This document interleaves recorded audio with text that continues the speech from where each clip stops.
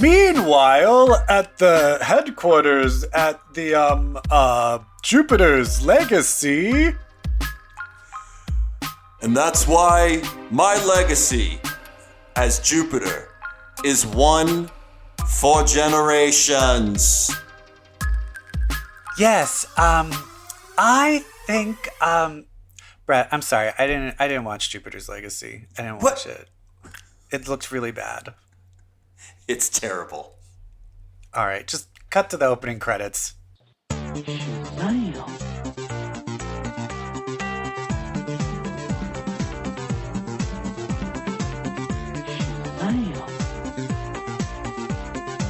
Hi, everybody, and welcome to episode 179 of Comic Book Queer's Legacy. My name is Brett. I will be helping lead this conversation.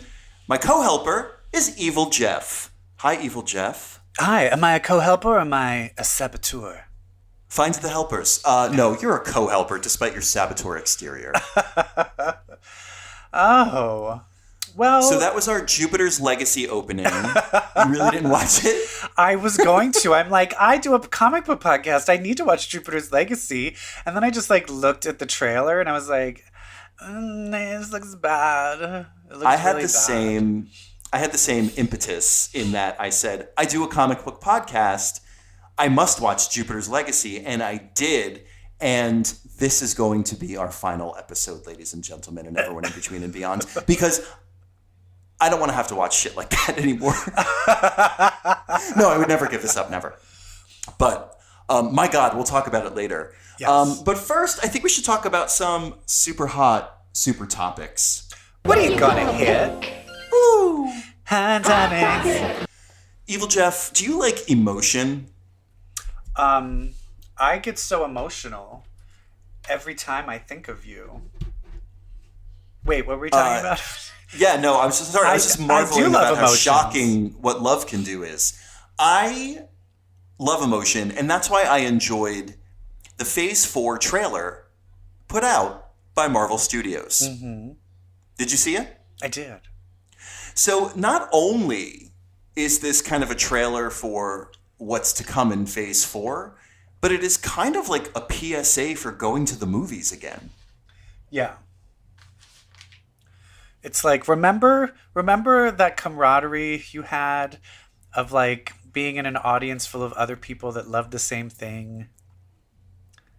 Did that woo you back? Because last time I talked to you, Brett, about movies, you were like, no, fuck it. I'm just going to watch everything at home. It did woo me. It wooed me right back. I'm like, yes, I was. Popcorn appeared in my hand. I started crying and chewing it. I want to go back to the movies. I want to experience that magic again. And it's crazy because it was a marketing campaign for me to be manipulated. And it's crazy because we can go back to the movies, but there isn't anything I want to see. I feel like I would. I feel like now though, remember how Tom Holland and one of the Jonas Brothers did that psychic telekinesis movie? Yeah, Chaos Walking. Chaos Walking. Where is that? Is that still in theaters? I might see that in the theaters. Yeah, it's on demand, but I think it's in theaters now. Oh, maybe we need to watch that. Looks really bad. It does. Daisy Ridley in that blonde wig? What? Yeah.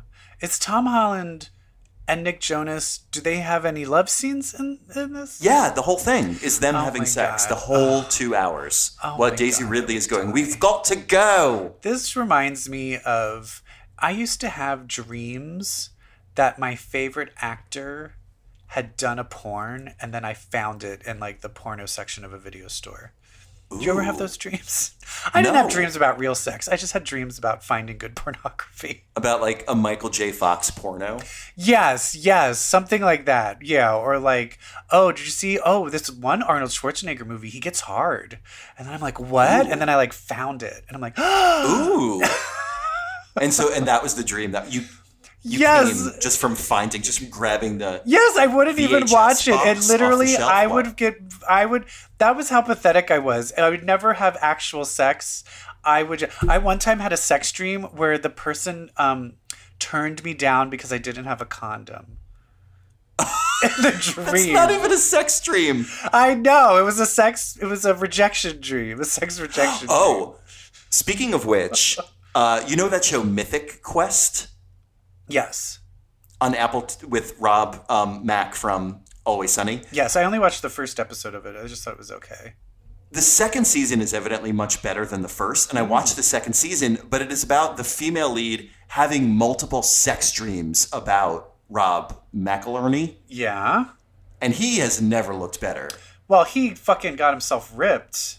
He's ripped, so there's For a lot of It's him Always like Sunny, naked, yeah. doing sex stuff. I mean, like not like hardcore sex stuff, but alluding to sex stuff, but very much naked. Season 2, episode 1. I'm very Watch upset it. though that his character came out as gay and It's Always Sunny a couple of seasons ago, and he has yet to date a man. Can we get on Always Sunny? Yeah. Oh, really? Oh, what? You don't know that? I knew that he came out as gay. I never knew that Mac, the character, never dated another guy. No, well, he fucks when he realizes he's gay. He like has a threesome with 2 gay guys, but they don't show it. He just comes out and he's like, "Oh, I'm gay," and then he comes out as gay, and then he's like, "I'm gay, I'm gay, I'm gay," and then there's one where he does this like crazy dance number to his dad in prison to show that he's gay, and it's very emotional. Yes. And then I saw that. It's brilliant. ever since then, he's always like, "I'm gay," but he has never hit on a man.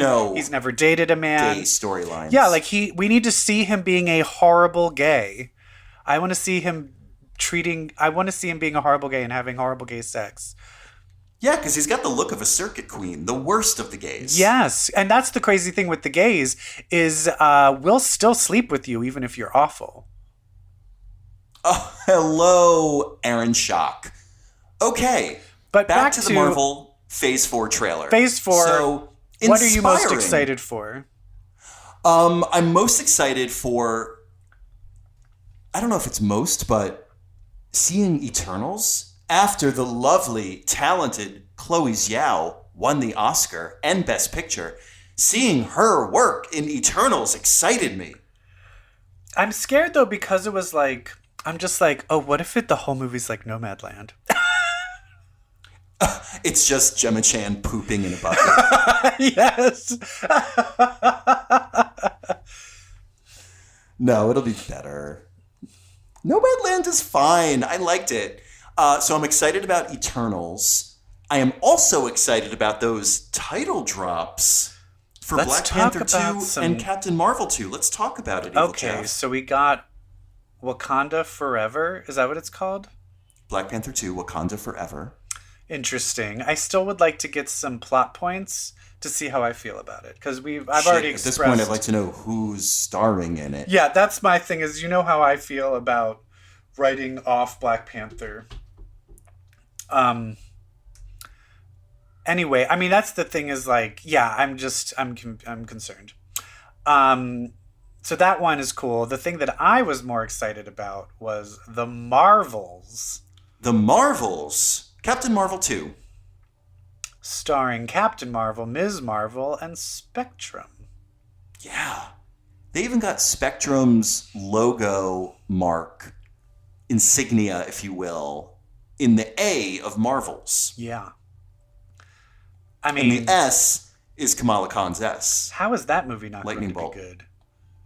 How is that movie not good? What a blessing. I also just watched a TikTok of someone analyzing that the whole reason people hate Brie Larson is because she is very pro like diverse casting. Yes. And they found like all of her interviews talking about diverse casting and demanding that is where all of the hate for her started. And then it just kind of branched off into and it was before the movie premiered. So I never kind of realized that the hate started was just from her being like, no, more black people should be superheroes and more this and more that. And that is where... I don't think it was even about superheroes. I think it was about... Just in general? Journos. Like, I think it was about creators and journalists and critics. Oh, yeah, because that's where she was just like, I don't give a shit if some white critic thought didn't like Wrinkle in Time. She's like, it wasn't made for you. Exactly. And then they're all like, how dare you? It was like the world's most misinterpreted statement ever. Yeah, and then it's like, she's great. Can we cut Brie Larson a break? And that's the thing. If you hate Brie Larson, I dare you to watch United States of Terra with her being the bitchy daughter. Amazing. Watch Scott Pilgrim. Scott Pilgrim, amazing. And 21 Jump Street. She's great. Oh, she's so funny in 21 Jump Street. My God. Yeah. And then they did her dirty by giving her that lesbian haircut in Endgame. It's really bad. Even I was like, I hate her now too. Oof. Yeah. I'm like, Well, oh my God, does Katie saw- Lang have superpowers? Part of me when I saw, remember Katie Lang? When I saw the title, The Marvels, part of me was like, is that in response to the gross corner of fandom that does not like Brie Larson? Are they diluting the focus of the movie? Well, yeah, but if they're diluting the focus, the other part of the focus is towards a Muslim girl, which which I don't think that's going to win them over either. So I don't think it's diluting it. Yeah, and a black woman. Yeah, so exactly. It's an inclusive title, not an exclusive one. I am super psyched for it because I'm also psyched to see Captain Marvel interact with a Nick Fury, like a present day Nick Fury. Yes. I want that reunited.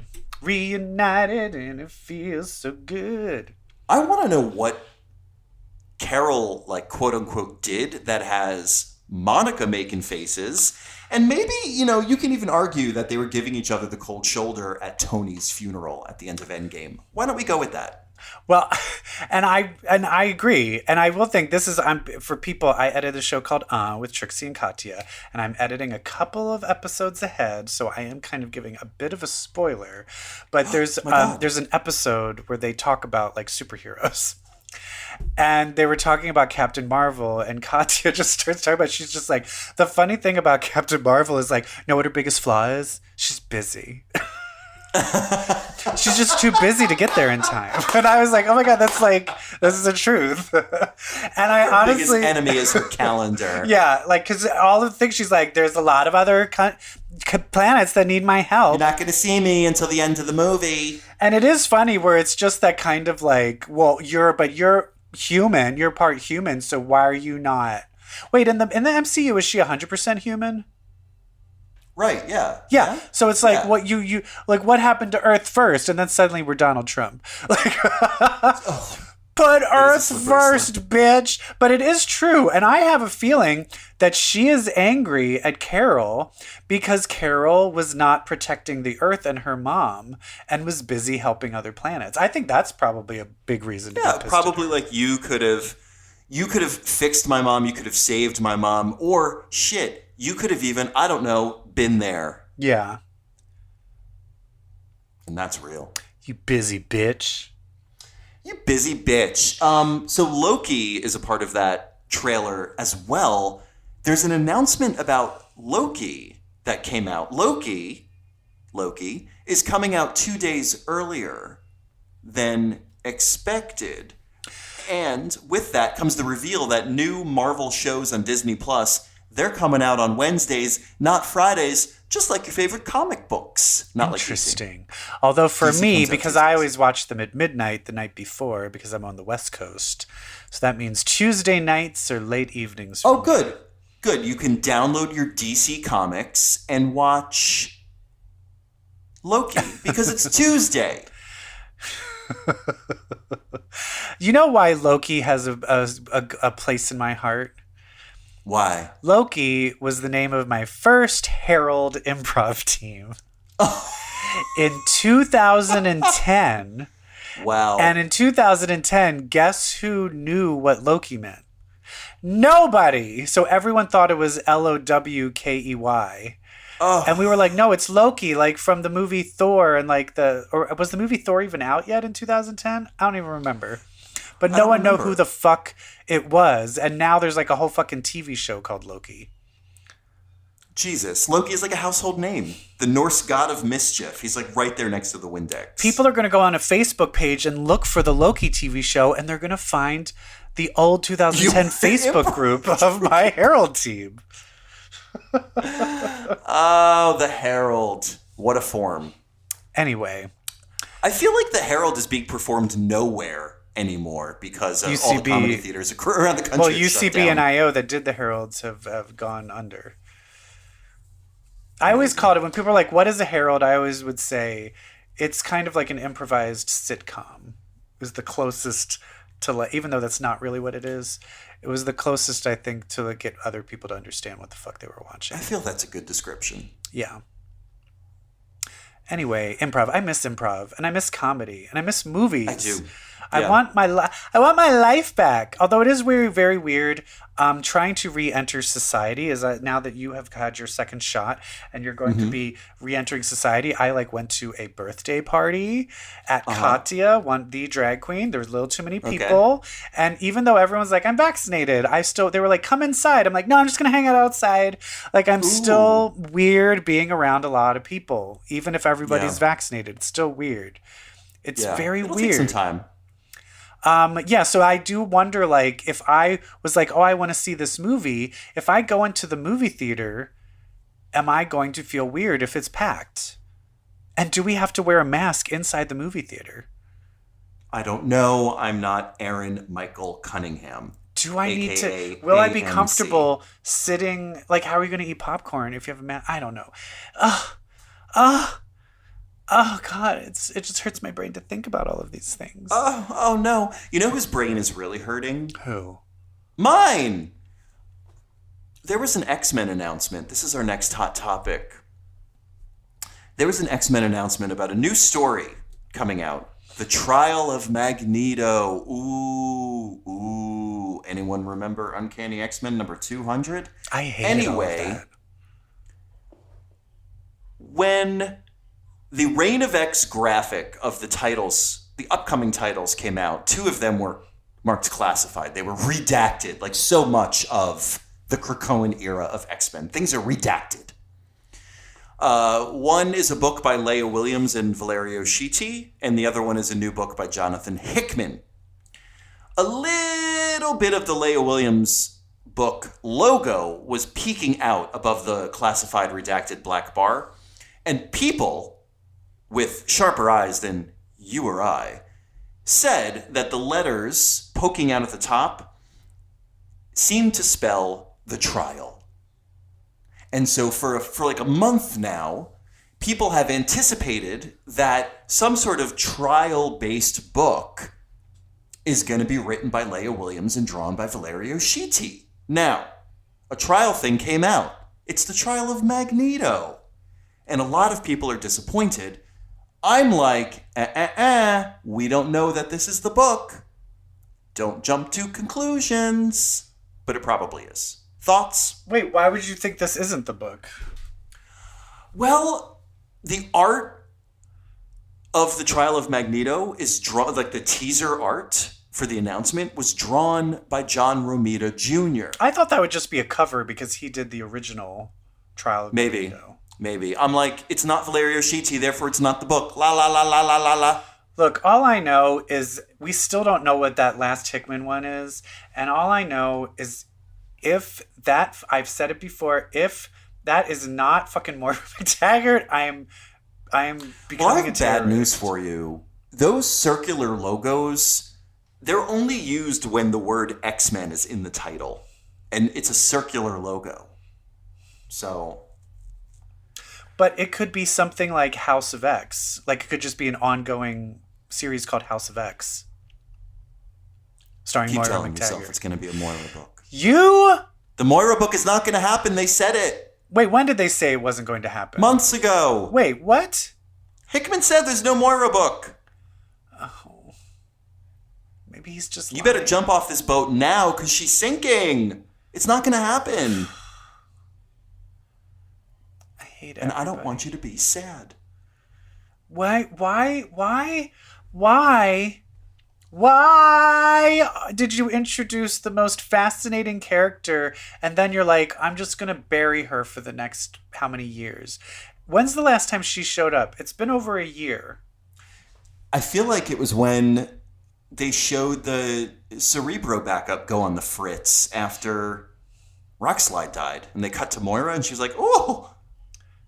Okay, so that was 8 months ago, and that doesn't even count. That's like one page. She didn't even say anything. It's not even a cameo. Ugh. All I'm saying is, okay, if that's not true, then Way of X after Legion, the fact that they're trying to figure out why the fuck they're not letting precogs in, then Nightcrawler needs to be the one to find out about Moira. And then Nightcrawler is like, this is the Way of X. And then Moira's like, this is the Way of X. Oh, God. It's a Nightcrawler versus Moira book. My dreams. No, it would be funny if I was Hickman. This is what I would do. If Hickman was like fired from the X-Men, the last issue, it would just cut to Moira, and she would be alone, and then she would be like watching like TV, and then she would be laughing while eating cereal, and then she would choke, and then the next thing you know, she's in the room, and then she's like, "Fuck!" And then it's like the end. Chokes on cereal because she was laughing. Speaking of Moira, we need to get to Krakoa. We can't be on these hot topics forever. Okay, hit it. I want your ex.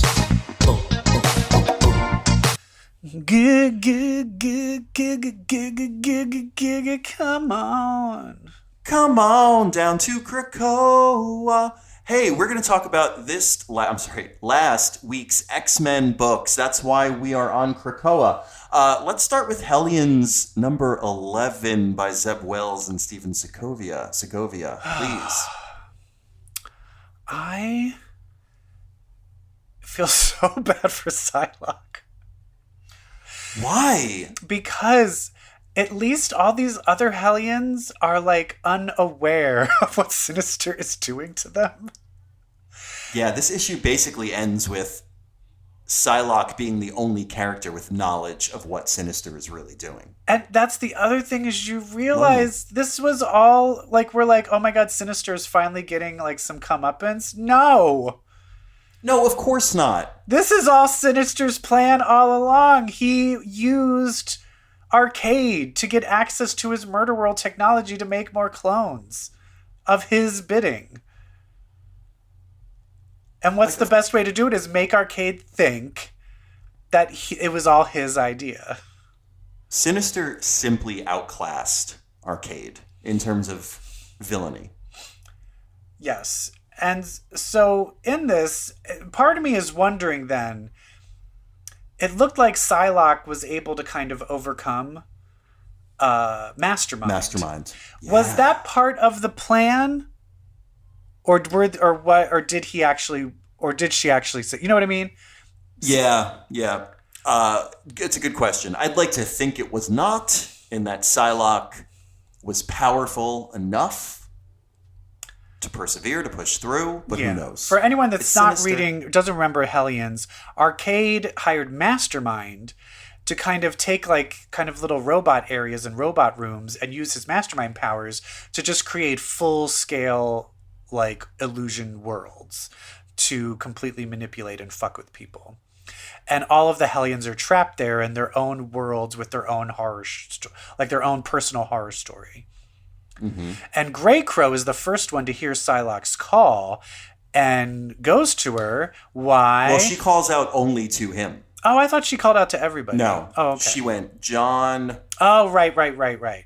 Well, he shows up, and it's very clear that they've shown a preview of the Hellfire Gala where they're kind of like flirting with each other. Like they're gonna fuck. Like they're gonna hardcore fuck. I am invested in the Psylocke Grey Crow relationship, and I typically am not invested in a hetero relationship. These two, however, they got me.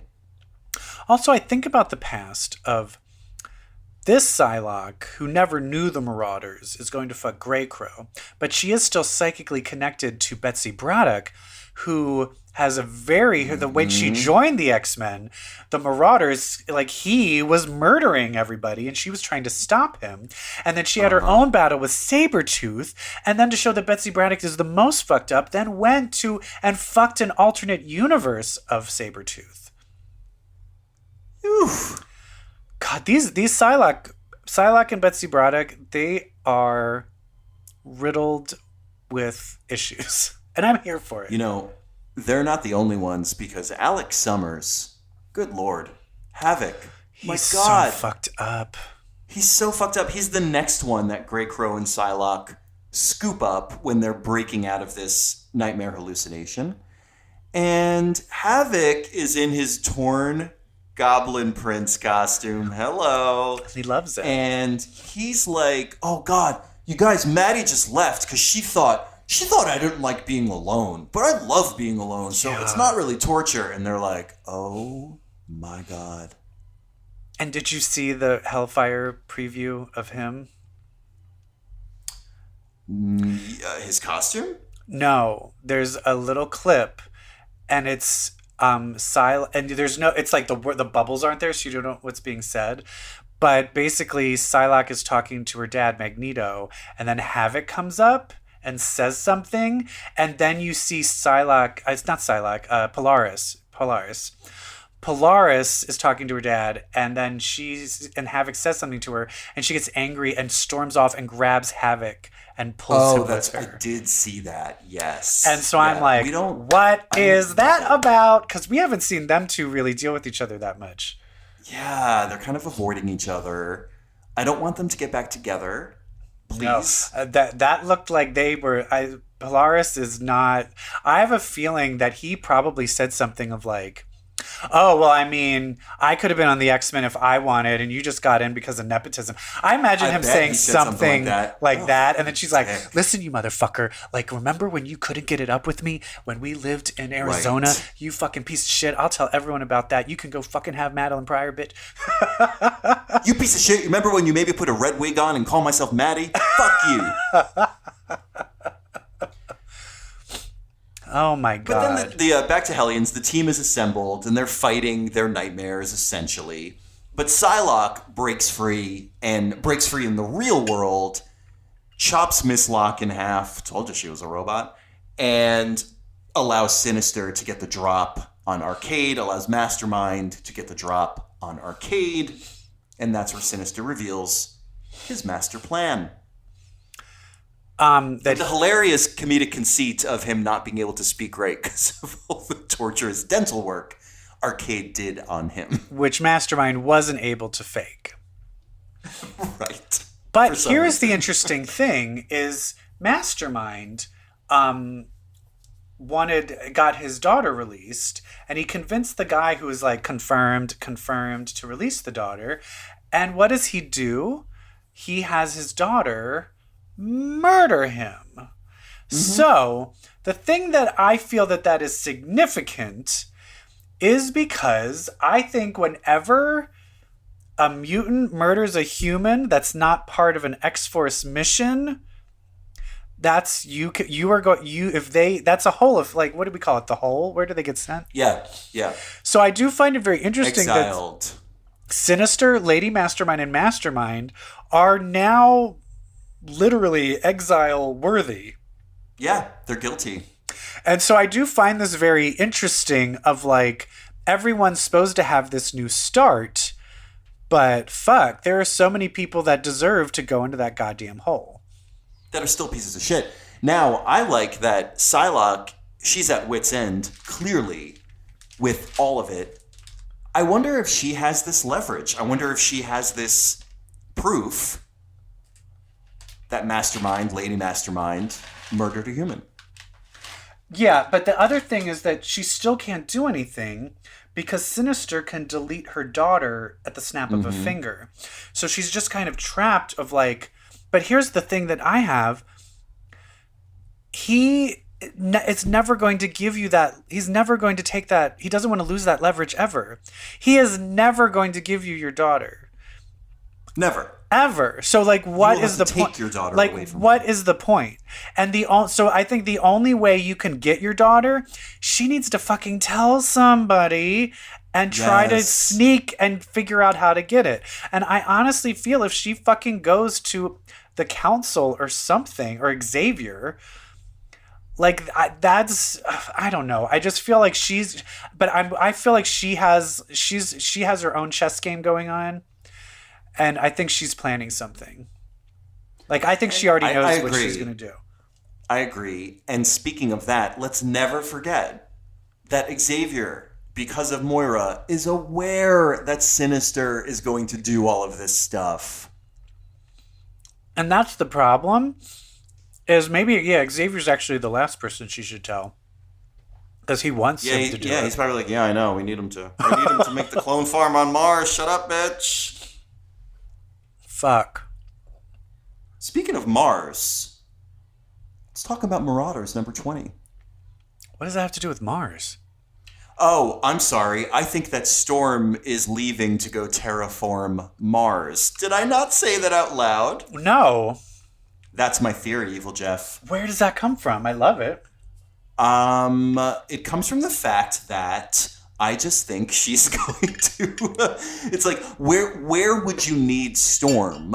Oh, you would need Storm to kind of terraform Mars so that there could be a whole colony on there. Because isn't that where Sinister inevitably does his clone farming? Okay, but here's the thing. We don't need... Okay, I'm just going to be... I hate to be the, like... what's the Neil deGrasse... The wet blanket, the devil's Neil advocate. deGrasse Tyson. But there's no point in terraforming Mars. You have to magnify the core of the planet first. Otherwise, no matter what she does to the atmosphere, there's not going to be anything. You need you need something to hold it all in. That's why Mars lost all its atmosphere, is because the core stopped being magnetized, and so the poles and the what's it called what's the outer part, the ozone layer disappered, and so all the oxygen flowed out. So they need to actually send... Okay, Bill Nye. They need to send Magneto, magnetize the poles, and then Storm needs to go there. So I'm just saying Magneto needs to be part of this plan too, if that's your plan. Oh, shit. Maybe... that could be something that Sword is doing. Wait, is that Sword's plan? Think about the cover of Planet Size X-Men. It's like... It's that red rock or purplish rock with Jean, Planet-sized X-Men is their planet Mars. They're like, we're going to leave. Oh, that's the announcement. That's the announcement. The Hellfire Gala announcement is that we're actually leaving Earth and going to Mars.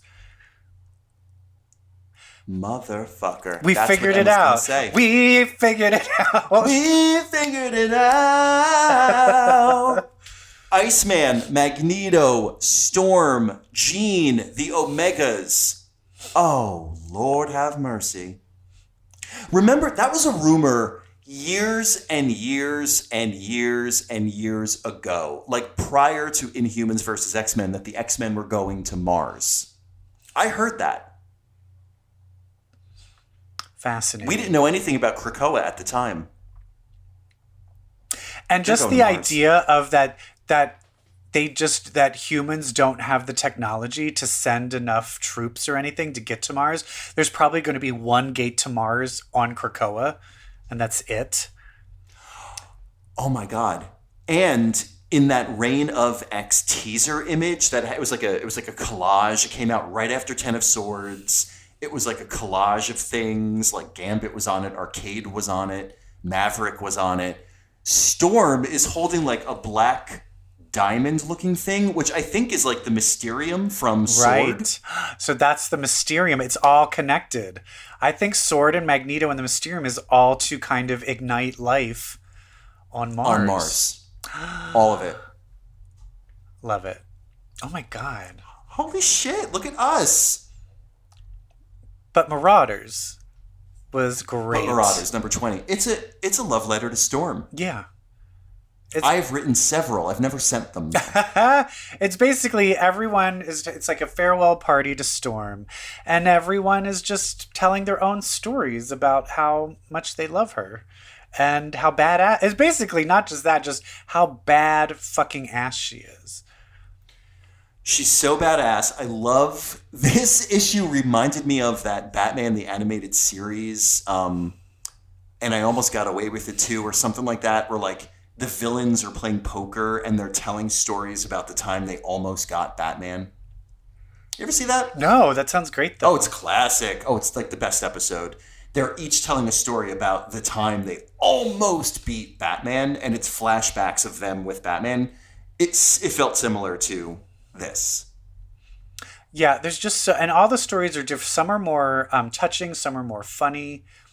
Like I love the Bishop one with Bishop, where Oh, so Storm wasn't funny. even in it, and he just used a storm that was happening. Like there's just a lightning storm, and he's like, "Oh, that's Really bad Storm." Thunderstorm. Yeah, that's He's like, Storm. that's my friend Storm up there. They're like, oh no. So good. I love Bishop. But the opening, oh my God. Can we talk about the opening data page? Emma's letter to Kitty? Uh-huh. The bullet? What about it? I love it. The bullet brooch that she gives her? Yeah. Why do we love that, EvilJeff? Wait, why? Because they were alone in that moment when Kitty saved the planet at the end of Astonishing Oh, X-Men. I'm dumb. You're dumb. It's the reference to that Yes. moment. The giant bullet. Oh my God. Emma that's was so... alone with Kitty in that moment. Yes, They were the you're only right. two You're who right. shared that moment together when Kitty saved the Earth. Yes. And she's like, and if you give it away to some street urchin, just don't tell me. Oh, what an opening. I was clutching my chest. I Worried that I totally might just feel read through it something. and it just totally washed over my head. I'm such an idiot. It is an homage to the end of Astonishing. Yes. And I mean, at this point, I really I want there to be a couple of issues down the line. Kitty's drinking is getting worse. And finally, they hold an intervention. And at the end of the intervention where Kitty refuses, I don't know if you watch Pose, but I don't really watch it, but apparently Billy Porter's character needed an intervention and instead he just so reads. I have yet to watch He that just episode. I watched reads episode everybody. one. Yeah, we're gonna watch it soon. It's just so sad. Episode 1, we were crying the whole time. So, but I just imagine it'll be the same thing where Kitty then is like reads everybody and then Emma's like, leave the room. And then Kitty and Emma's like, I know what this is really about. And then Kitty's just like, why can't you love me back? Oh, and then Emma just goes, I always have. And then they embrace and then they kiss and then they get married and they have babies. I love it. On Mars. On Mars. That's so cute. I love that that totally went over my head. I'm so stupid. Isn't that so cute? EvilJeff, I just want to say, take the first 2 letters of Marauders and then the last 2 letters of Marauders, and what does it spell? Mars. Mars.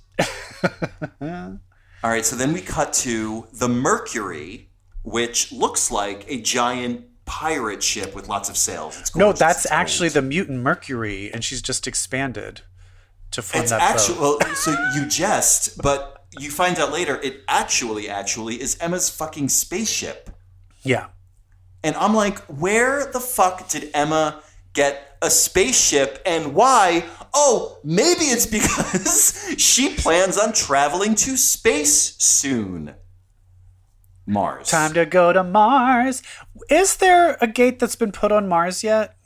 Yes. Was that in the beginning? Remember? Who was the one that Remember put there was it a on scene Mars? where like Emma went through it when she finds out she finds out Kitty was killed, and she's on Mars with the kids and the Madroxes, and they're like picking flowers. There's a whole goddamn like operation up there already. Okay, yeah.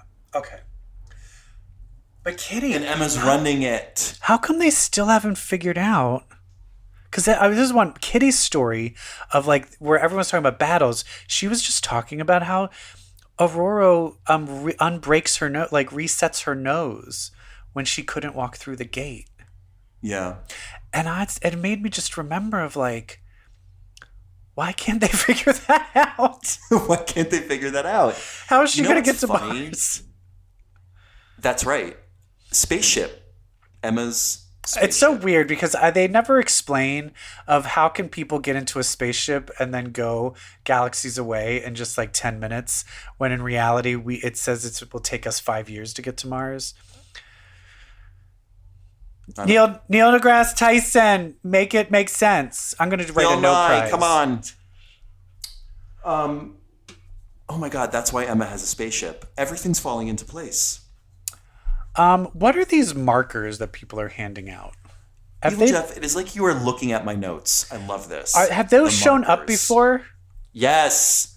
They showed up in early Cable when people were fighting in that cute little arena, like the duels. Oh, yeah, yeah, yeah. I think somebody lost and gave the winner their marker. But so does, So it's does kind of every... it's like a favor system they have going on. So, but then is every mutant given a marker, or do you just like buy markers, or do you just have I think them? it is. I think it's Krakoan culture, and I'm not sure if like everyone's got a standard yellow piece of paper, or if it's more of like a symbolic thing. Like I could be like, EvilJeff, you have my marker, and I like flip you a quarter. And because they don't need money or anything, it's now just favors. You owe me favors. Go favors. clean my bathtub.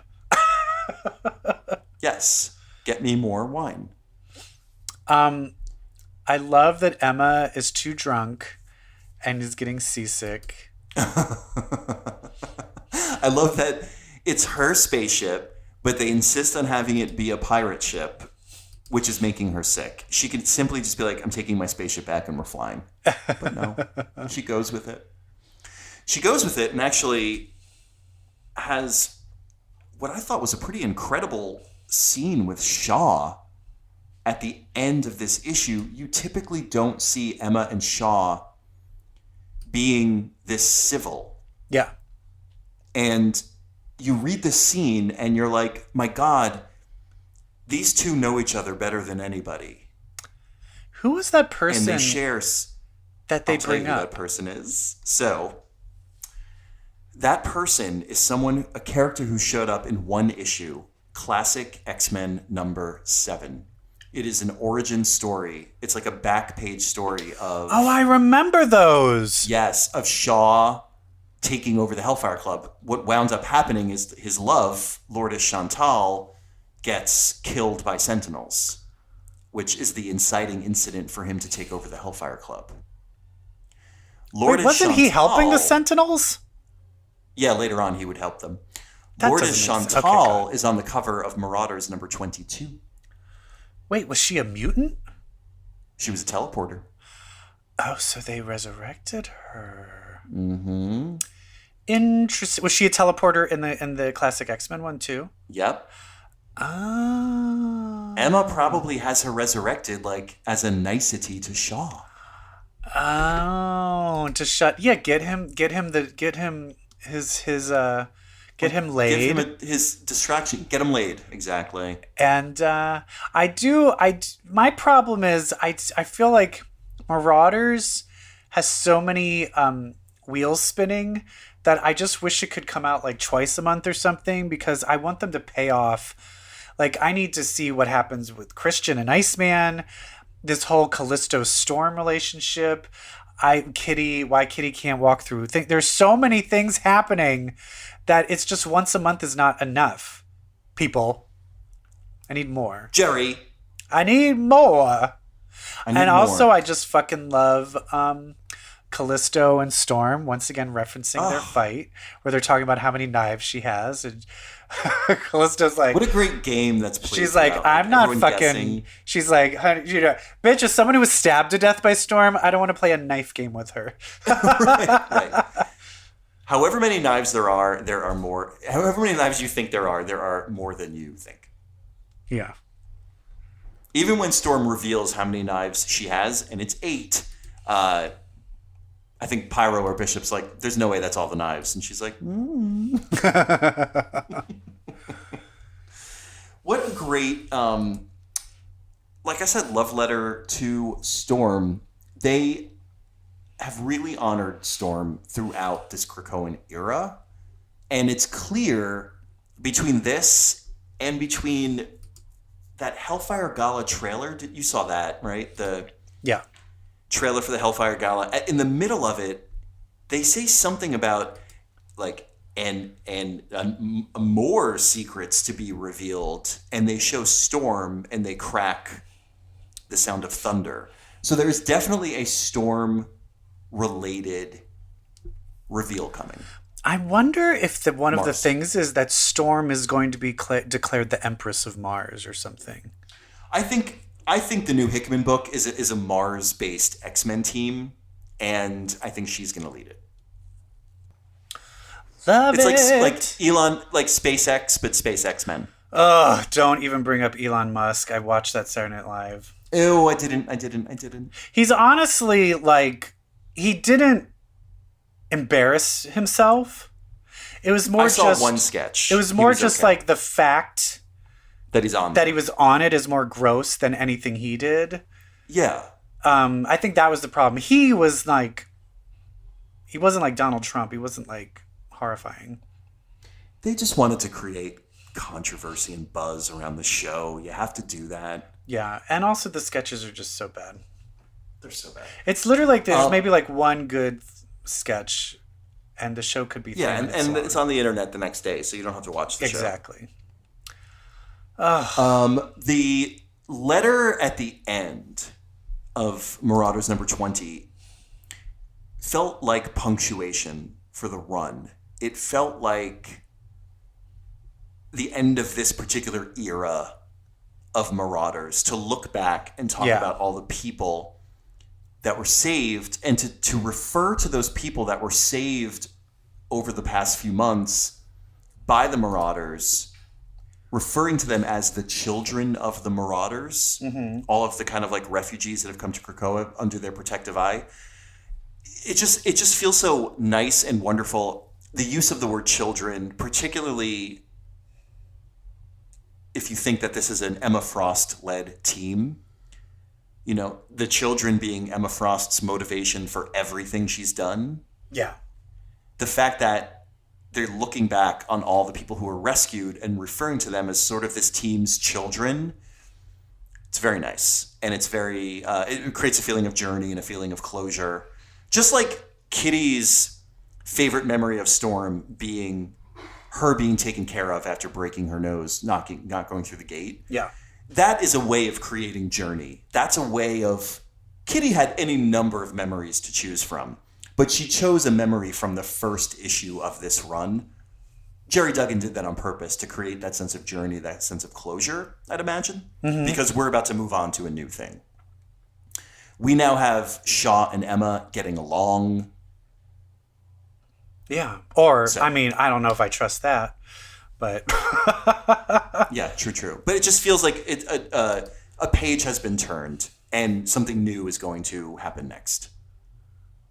Thank you, X-Men. Thank you, X-Men. I know, and next week we get a brand new book, so I'll be excited for that. X-Corp. I'm very excited. All right. Shall we talk about some other comics that we've read? Let's do it. I think I gotta get a comic. Hit it. You gotta get a comic if you wanna get ahead.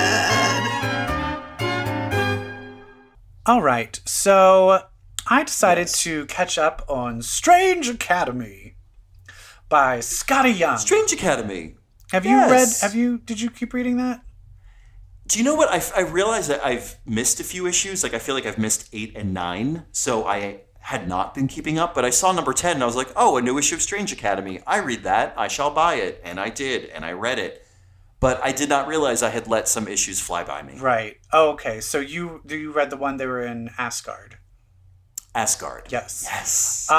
So the main thing that you missed is that the main character is kind of the POV character of the show, of the series, Emily, who has like kind of nature sorcery type powers.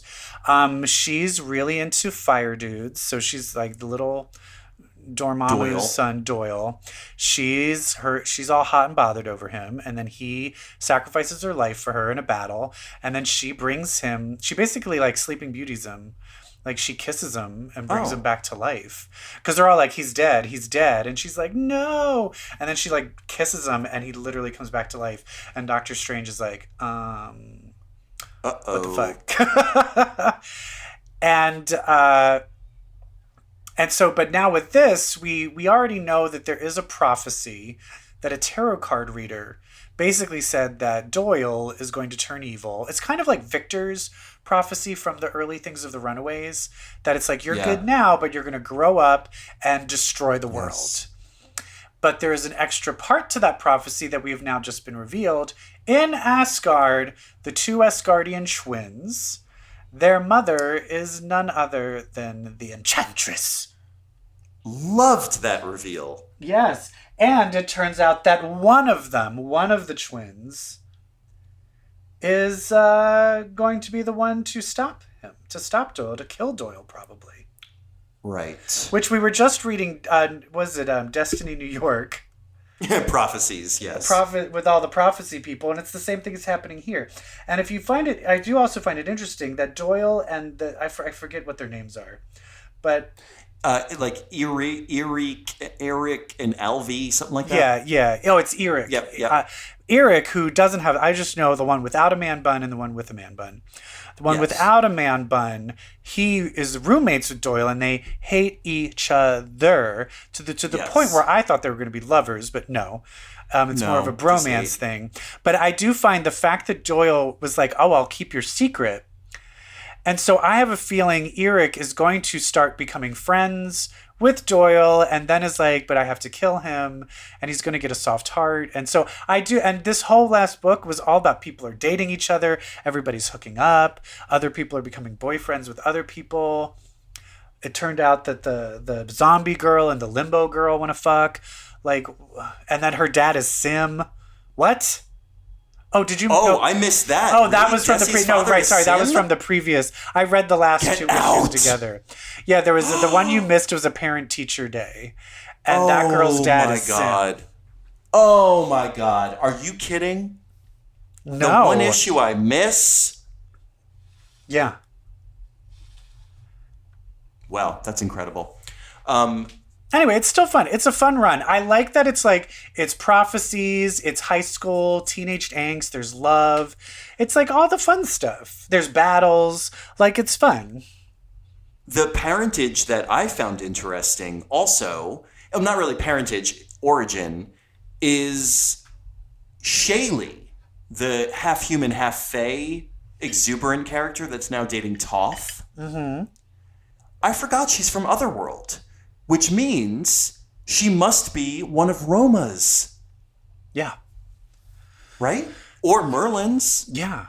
Which means she likes to fuck. Right. Or she's been chained up her whole life. Well, I was going to say, if she's free and able to go there, she's probably from Roma's world and not She's probably Roma. Yeah.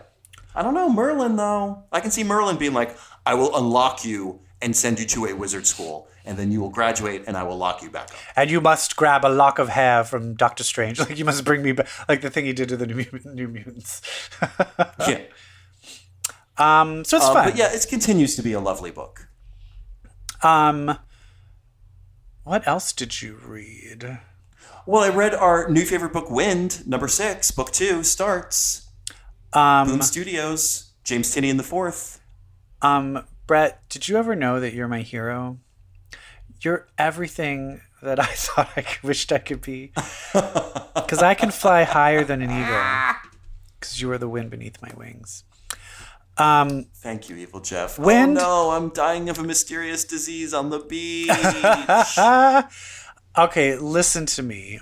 We decided we loved Something is Killing the Children so much that we did not get enough of Mr. Tynion, and we need to read more of his stuff. So we just decided on a whim to read Wynd, and it's amazing. But it's over.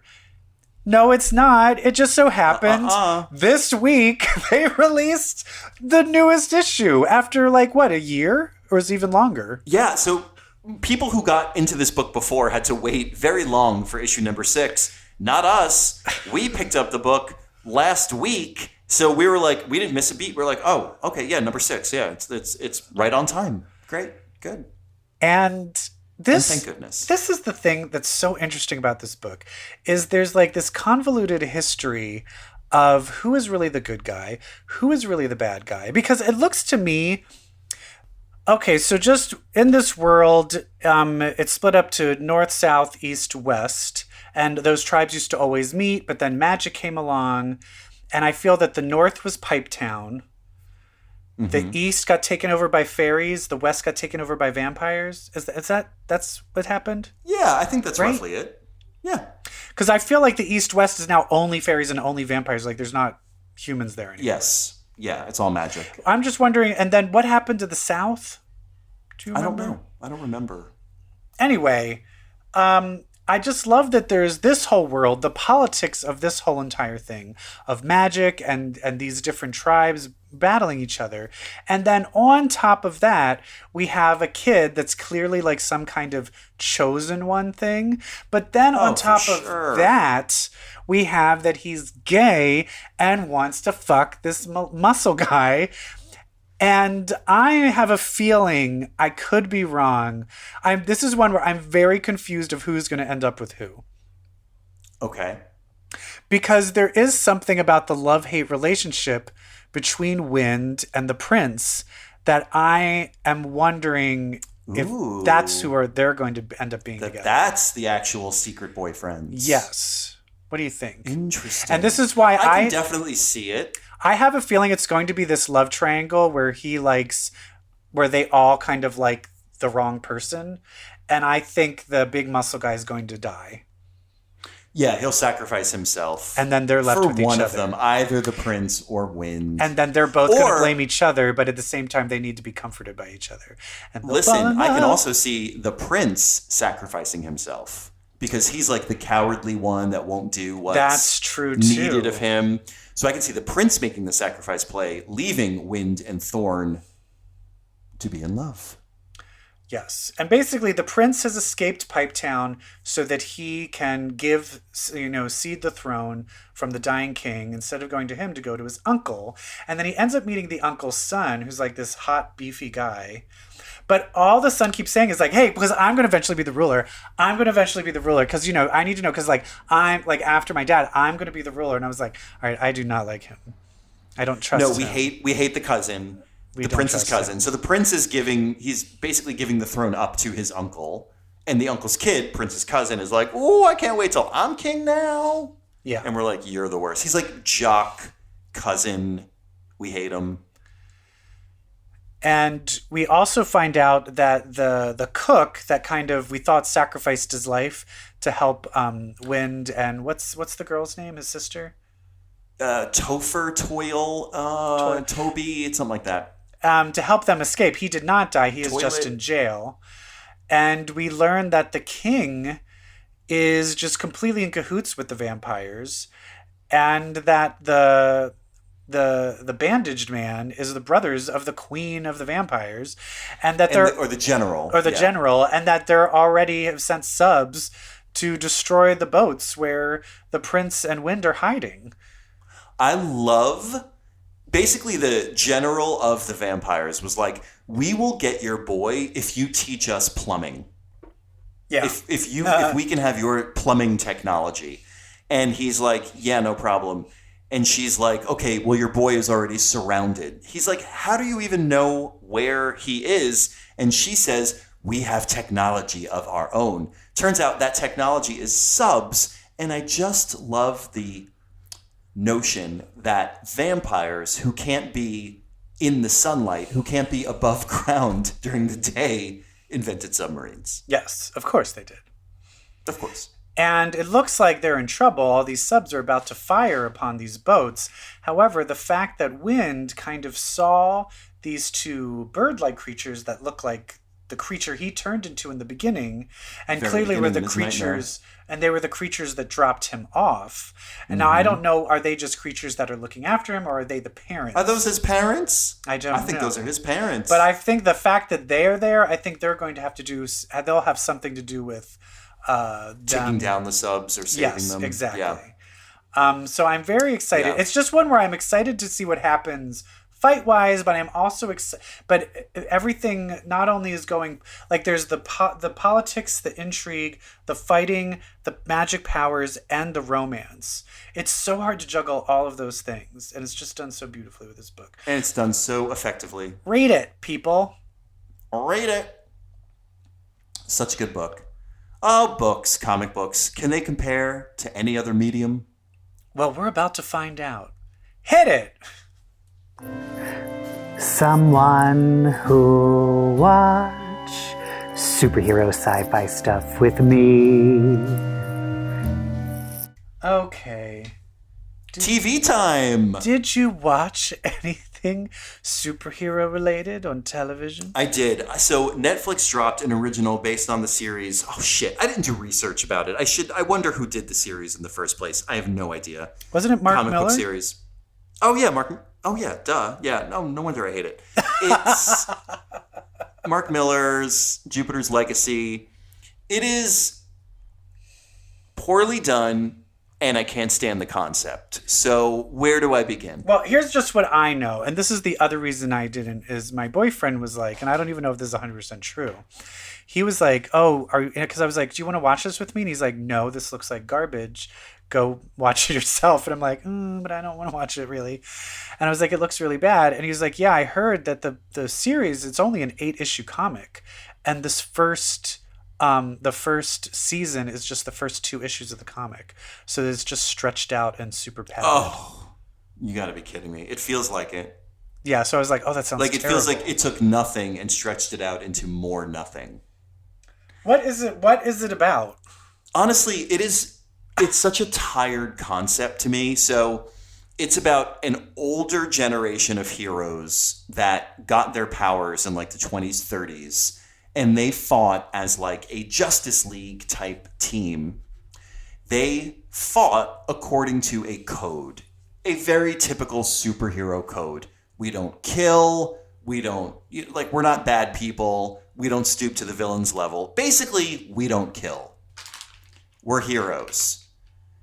So it cuts to kind of an inciting incident that gives way to what the show is about.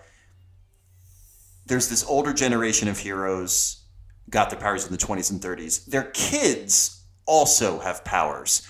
So you have one generation, they allude to the fact that the older generation got their powers through some kind of trauma, some kind of horrible experience.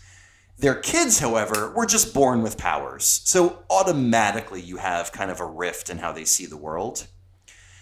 They're in this huge fight with this super powerful villain. It is the older crop of heroes, and then here comes the newer crop of heroes, the kids, in their costumes and everything. And so 2 generations of heroes fighting this guy.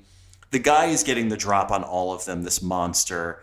And then all of a sudden, the son of the main character, the Superman type main character, his son, who has the same kind of Superman type powers, kills the monster dude.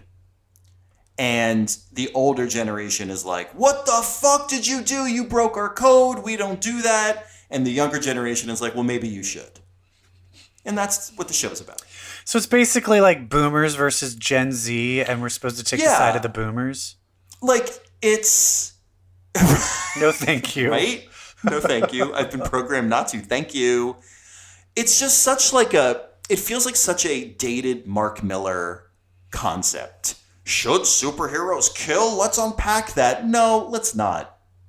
Let's just not. Because it's also like because we have multiple times. It's also just like, have you seen The Boys? We're done over that. But it's also everywhere. You know, like the X-Men have fought about this. The Avengers have fought about this. Exactly. Batman has fought about this. And that's the thing is as an idea, as a concept, what's more interesting of superheroes grappling with whether or not they should kill is like The Boys, superheroes that are pretending they don't kill, but behind the scenes they really do. Are the worst. That's much more of an interesting And I'm sure concept. that will come out too. Yeah. I'm sure it will. But listen, here's your red flag. It's a Netflix original starring Josh Duhamel. Period. End of sentence. That's all you, right? I'm like, wait, is that Josh Duhamel? Oh, this is going to suck. It's like, weren't you married to Fergie? Like Leslie Bibb is your lead. Okay. I heard so Fergie, but though good. Fergie, they did get Fergie to do the theme song. Jupiter's legacy, just top and skip it out, do. Talk about a national anthem that ruined your career. Seriously, the writing is basic. It is shot very poorly. It's just, it is like green screen city, and you can tell. And the makeup and hair, like, maybe they're supposed to look like young people with a fake gray beard and fake gray hair because they're aging weird. I hate to tell you, most young people dye their hair gray all the time just for fun. That doesn't make you look older anymore. Right. Leslie Bibb looks like Leslie Bibb with a gray wig on. Not older Leslie Bibb. So. Oh.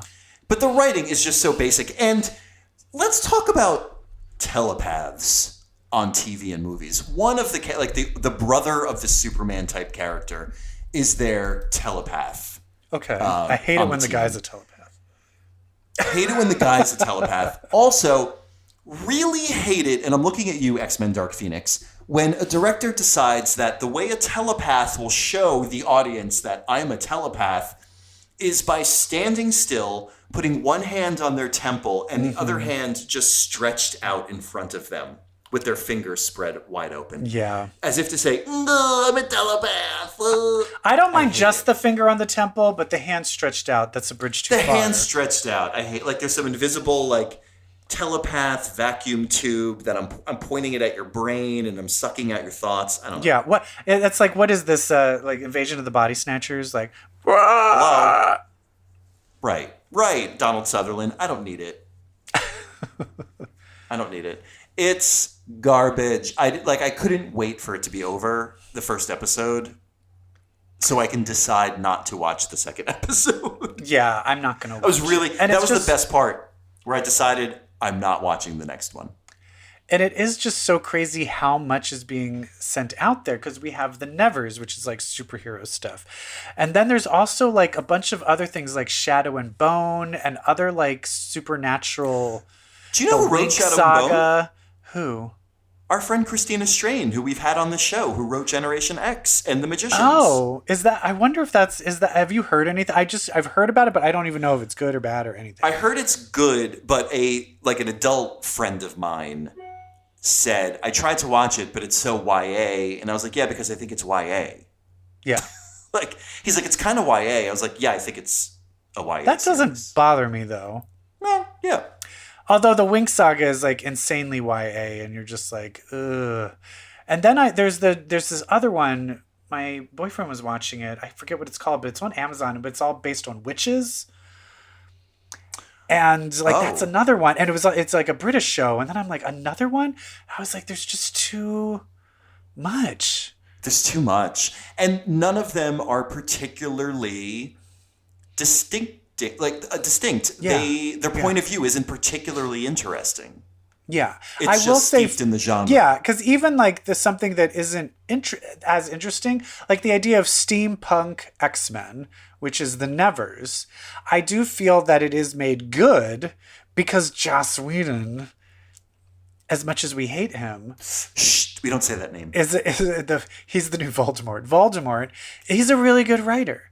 And it's Jane Epson, as you say, Epson, who's written with him from the beginning of Buffy. She's the other like main writer, and I think she's taking over the show if it gets renewed. And so I actually have hope for the show because she basically is Joss Whedon. She's like the secret sauce, but without his personality. I mean, I don't know. Maybe she's a monster too. She's probably a monster. She's a monster enabler. But I haven't watched the latest episode of The Nevers. But from what I've been watching so far, I just think it's really fun. I do. No, The Nevers, I think The Nevers has picked up. It's enjoyable. Now that you're getting into the characters, it's more enjoyable. It's more engaging. However, it still has its flaws. Yeah, of course. It's not. Can we get to it already? Yes, Nevers. yes. I definitely feel like it's. Ooh, this question and now this question and this. Just fucking answer them. Yes, but at the same time, I'm here for badass women with it's women are the main ones calling the shots. It's kind of like the head baddie you think is the one guy, but it's really the woman in the wheelchair. What? The woman in the wheelchair on the Nevers? Oh, yes. Yeah, the woman from The Sixth Sense. She's going to be the main bat. She's going to be absolutely. the big bat. Because her character's purpose makes no sense to me, so I'm sure they're saving her for something. Yeah. Whenever they wheel her out, I'm like, who is this woman? Well, you saw that, but you know the people that are experimenting on them. You saw that part. Yes. That's her. She's the one doing all of that. Oh, she's the one who hired Dennis O'Hare to experiment. Yeah, so she's running all of that thing, and she has one of the spaceships. Oh, yeah. Oh, that's right, the Hellmouth. Yeah. So, all of that, but I just like women fighting women, and men try to get in the way. They beat them up. They're swatted away. I will say I love the hooker that makes everyone tell the truth. That's kind of amazing. I love her. I love her. Yeah, I do love her. So that's fun. And it's also just like all of these shows keep coming out, like just Invincible. We just finished watching Invincible, and it's a show that was mired in, I think Seth Rogen was so obsessed with being loyal to the actual plot of the comic book that he didn't invest in hiring really good writers, really good animators, really good directors. Mm-hmm. And so like the way the story just wasn't told right. Like the plot points are there. It just wasn't told in an engaging enough way. So it's just really just strange where now I'm just scared of Paper Girls. One of my other favorite comics of all time is coming out. I want it's just kind of like Why the Last Man? Get this stuff out there. Why the Last Man is currently being made, and I'm just like, is this going to be? Because there's so many things being made, and I realize it's like there's just not enough talent and resources to go around to make these that good. So it's like, is this going to be good? Yeah. It's all a bunch of just subpar and I think that the problem is it's all going to end because we are in a very strange space of where right now, especially even at my job where I work for a company that has a streaming service, everybody has a streaming service. There's Paramount, there's HBO Max, there's Netflix, there's Disney Plus, there's Amazon Prime, there's a million, and now there's like a million of them, and everybody just wants content. And I think the higher producers, they just care about content and they don't care if it's good. They're like, oh, let's get one thing that we think can win an Emmy or an Oscar, and then the rest we just need stuff to like show that we have stuff. We just need like a hook, like bait, like the new Saved by the Bell, to get them to subscribe. And well, don't use that as an example because that's kind of amazing. Oh, I know, but it's the only good thing. No, have you watched Girls 5 Ever? No, not yet. Watch Girls 5 Ever. That's kind of funny. It's the same kind of like writing style as Saved by the Bell and 30 Rock. Well, there's another new show on a platform that I do want to talk about because this one. No. Oh my God! Don't be scared. It's a Star Wars show. Oh, okay. I still can't get around to watching the second season of Mandalorian. Really? Why? I just don't. I'm not. Are you not into Star Wars? I'm not a big Star Wars person, and the problem is all my Star Wars stuff is my boyfriend is obsessed with Star Wars, and he hated the Mandalorian. So I was watching it with him, and so he was like, "I'm never watching this again." So it's just hard for me to get into it on my own. Well, I would love to know what your mean animator boyfriend thinks of Disney Plus's The Bad Batch. Oh, yeah, I'm going to force him to watch that because I will say this, dating a storyboard artist, when he watches a cartoon and the storyboarding is not up to par, he will not shut up about it. And if you hate it too, it's very entertaining. But if you're liking the show, then you're in misery. Would you secretly record him and play it on the show? All right, I'll do it. Do it. Just a little bit. So The Bad Batch, EvilJeff, I'm not that into Star Wars in that I have never watched like Rebels or Clone Wars, those animated series. Are they directly linked to those, or is it more directed to The Mandalorian? Bad Batch is more directly linked to the Clone Wars in that Bad Batch picks up right when the Clone Wars ends, but to give you the movie comparison or the movie analog, or in the movies where we are, this is, I believe, the end of Attack of the Clones-ish. So the big incident in the Bad Batch is when Palpatine gives the order to murder all the Jedis. Yeah, that is kind of the opening moment of the Bad Batch. So who are the Bad Batch? Well, EvilJeff, as you know, the former Republic Guard that Palpatine took over and turned into the Stormtroopers, they're all clones. They're all clones of Jango Fett, the Stormtroopers. Yeah. The Bad Batch are 5 genetically defective clones of Jango Fett, so like genetically defective Stormtroopers. So then were they like kicked off? That's like they're like, you're genetically defective, so you can't be a stormtrooper. Basically, and they're kind of this like ragtag Firefly crew, but they're all still clones of Jango Fett, but they all look very different because they just aren't like in the traditional sense of Jango Fett. Like they're deviants, so they're a little bit skinnier, or one is like huge and jacked because their genetic deviation gave them each a superpower. So there's 5 of them. Hunter is the leader. He's got enhanced senses. There's one with super strength. There's one with a super intellect. There's one that's like mostly robot.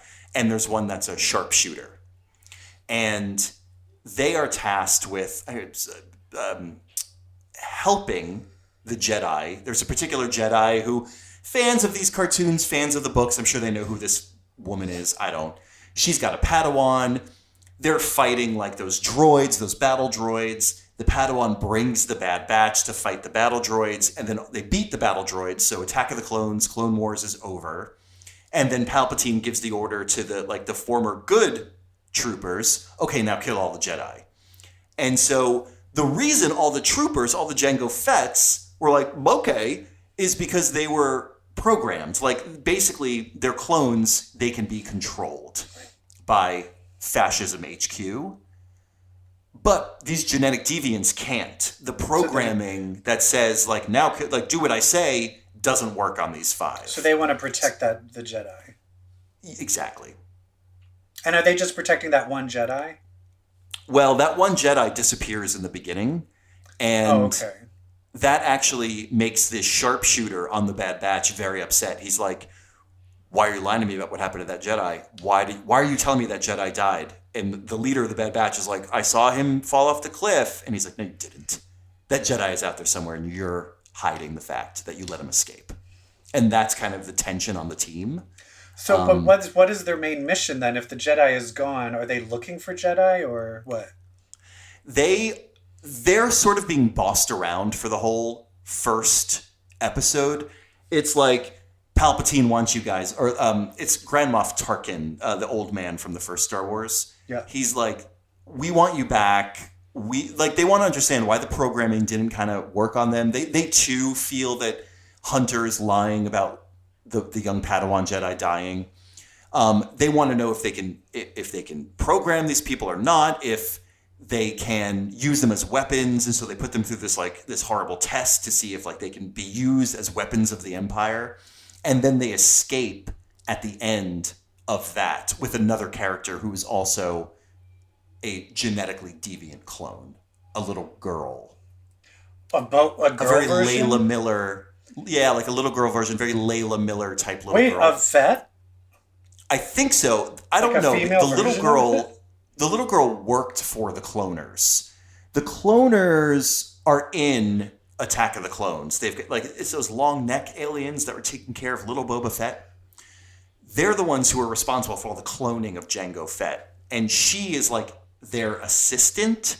So she's probably some experiment that they did. Yeah.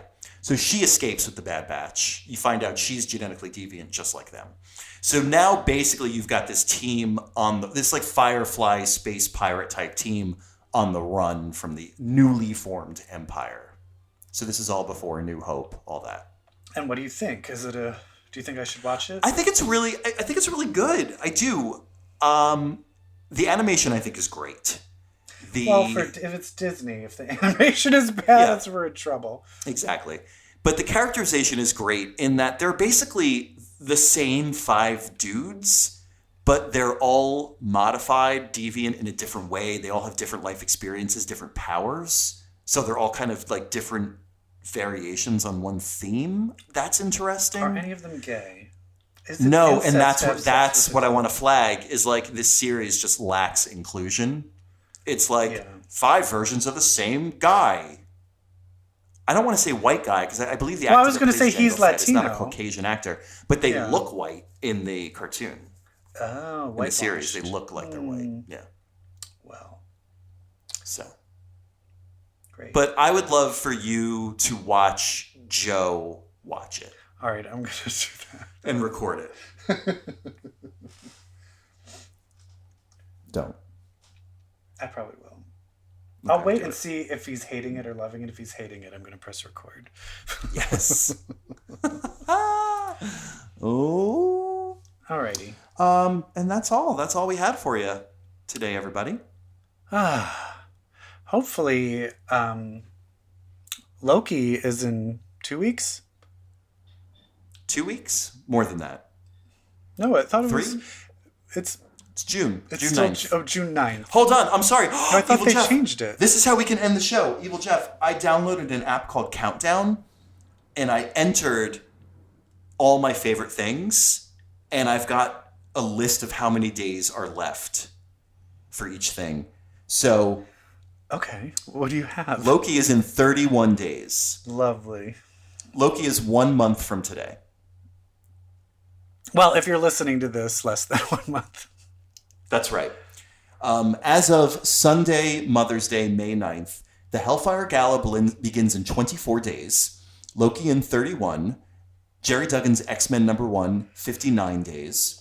Black Widow, 61. What If? Potentially 101. Shang-Chi, 117. Eternals, 180 days. Hawkeye, 220 days. Spider-Man No Way Home, 222 days. Crazy. That's in December. Crazy. Right? Yeah, a lot of content is coming our way. And we're going to be right there talking about it. Yep. Okay. Maybe even in a theater after having a nervous breakdown because of COVID scares. Record your nervous breakdown. We'll use it on the show. Of course. All of my trauma is just meant for your entertainment. Comic Book Queer's Legacy, episode 200, Evil Jeff's nervous breakdown. More Evil Jeff's like 90th nervous breakdown. Oh. All right. Well, listen, Can we everybody. We end the show with the Rolling Stones' 19th nervous breakdown. Is that an actual song? That song. It's a song. Yeah. Okay. Look into it. Maybe. Okay. Consider All it. right. I hate the Rolling Stones. You do? Yeah. I hate okay. Mick Jagger. I like them. I hate Mick okay. Jagger. I think listen to their music and think about it as blues. You might like them. Yeah, I'm not really big into blues. Yeah, I'm not into blues either. And where do they get off having the blues? Fuck Yeah, you. exactly. And you know what? Oh, you might not get what you want, but maybe you'll just get what you need. Fuck you, Mick Jagger. Don't tell me what I fucking need. You don't know me. And with that, thank you for listening. Yeah, okay. Everybody, call your mom and Call your wish mom. her a happy Mother's Day. Unless your mom's like a narcissistic abuser, and then fuck her. Don't call her. You don't need her in your life. Read Wynd instead. Wynd will be your mom. Yes, the wind beneath my wings. Guys, We we can end it with that. are super gay, and Brett really wants to end this, but he really I want to end it with a song. He really wants to end it with a song. So if you read comics, just remember, cue the music that makes you queer. Oh, you can end it with Life on Mars by David Bowie. Oh, yeah. Or we can just end it. Goodbye. Just end it. Bye. Damn.